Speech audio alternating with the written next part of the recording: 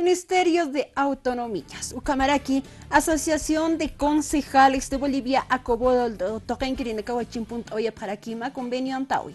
Acansti, Acaja, Tawipaja, Hucampich, Amanchañataki, Concejalas, Culiacanacaro, que tiene que teja municipio, Nacana, Irnak, Apre, Ucamata, acoso político, Cama, Niacachata, Hanunjas, Japañapataki.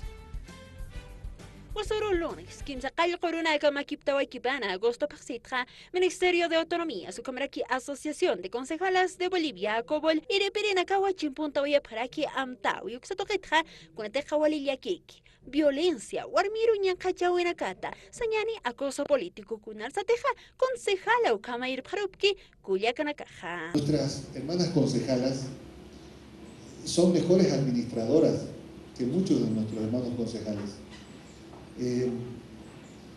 Y por eso necesitamos de ustedes para que exista una visión un poco más de mayor alcance en el desarrollo de iniciativas que puedan empoderar a los municipios en una dimensión productiva, económica.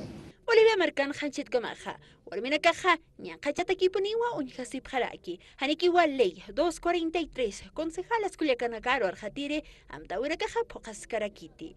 Hay americanacanoa concejalas warmina caja, maizaro uñano kutaki pieni unjasipre, sasawa kamata kanantaniwayaraki, Zulema Cerrudo, presidenta Acobol y Ripreja. Hasta el momento, en esta gestión 2016, tenemos 36 casos de acoso y violencia política que han llegado a la institución como tal, de las cuales todas están en proceso. Algunas faltan materializar con lo que es la denuncia de la misma autoridad. Acá convenio chimpunta wina amtawipasti huk actayaña laico. Concejala su cámara que alcaldesa Siripirina Caru ñacacha wina cata. Se va a trabajar sobre el tema de un centro de atención de casos a mujeres víctimas de violencia, esto en coordinación el Ministerio de Autonomía con el Tribunal Supremo Nacional igual, electoral.